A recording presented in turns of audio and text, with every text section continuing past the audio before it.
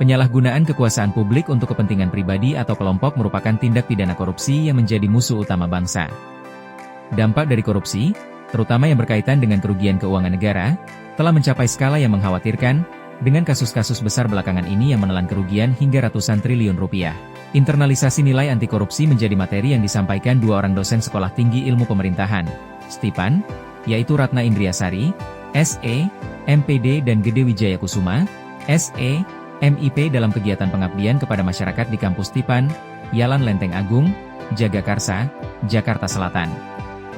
Menurut Ratna Indriasari, tindak pidana korupsi memiliki kategori yang sangat luas, di mana Undang-Undang Nomor 31 Tahun 1999 Yungto Undang-Undang Nomor 20 Tahun 2001 mengklasifikasikan sedikitnya 30 jenis tindak pidana korupsi.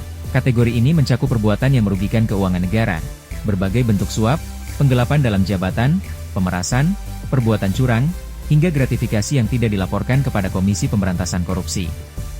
Lebih lanjut, ia mengatakan kerugian hingga ratusan triliun rupiah akibat korupsi secara langsung menggerus kesejahteraan publik dan merusak berbagai sektor pembangunan.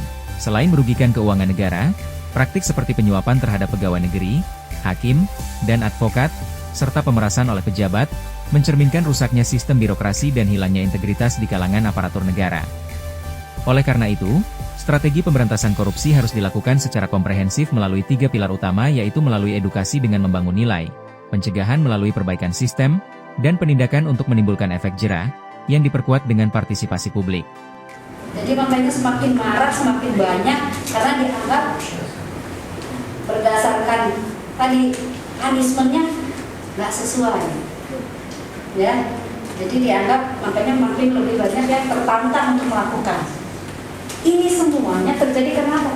Karena pola pikir, mindset, dan internalisasi. Sebenarnya, next, apa kalau tidak terjadi korupsi, Indonesia akan seperti apa? Next, Pak. Di sini, slide 10. Nah, sini dulu.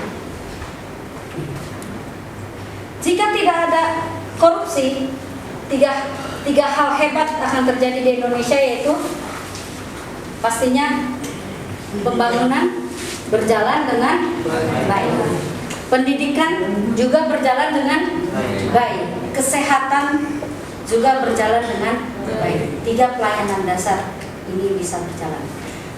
Teman-teman kalau mau melihat apakah daerahnya terkelola dengan baik dalam hal pelayanan publik, lihat aja pelayanan kesehatannya gimana. Lihat aja bangunan-bangunan, pembangunan jalan, pembangunan sarana prasarana umumnya baik atau tidak. Jadi gampang ya untuk mendeteksi apakah ada kecurangan atau tidak. Ini semua bisa dicegah melalui apa? Strategi pemberantasan korupsi salah satunya adalah dengan pendidikan, pencegahan, melalui perbaikan sistem, dan juga terkait dengan penindakan dan efek jerah. Tapi yang paling penting di sini bukan hanya next ininya bisa.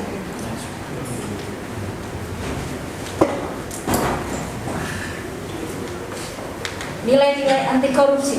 Jadi perlu bisa dicegah melalui pendidikan, mulai apa? Dengan apa? Internalisasi nilai-nilai anti korupsi.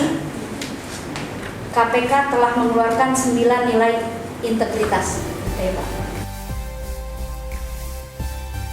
Pada kesempatan yang sama, Gede Wijaya Kusuma mengatakan setidaknya ada 9 nilai-nilai anti korupsi yang wajib ditanamkan, mencakup etos kerja yaitu kerja keras, mandiri, sederhana, sikap meliputi berperilaku adil, berani, peduli, serta nilai inti yaitu jujur, disiplin, dan tanggung jawab.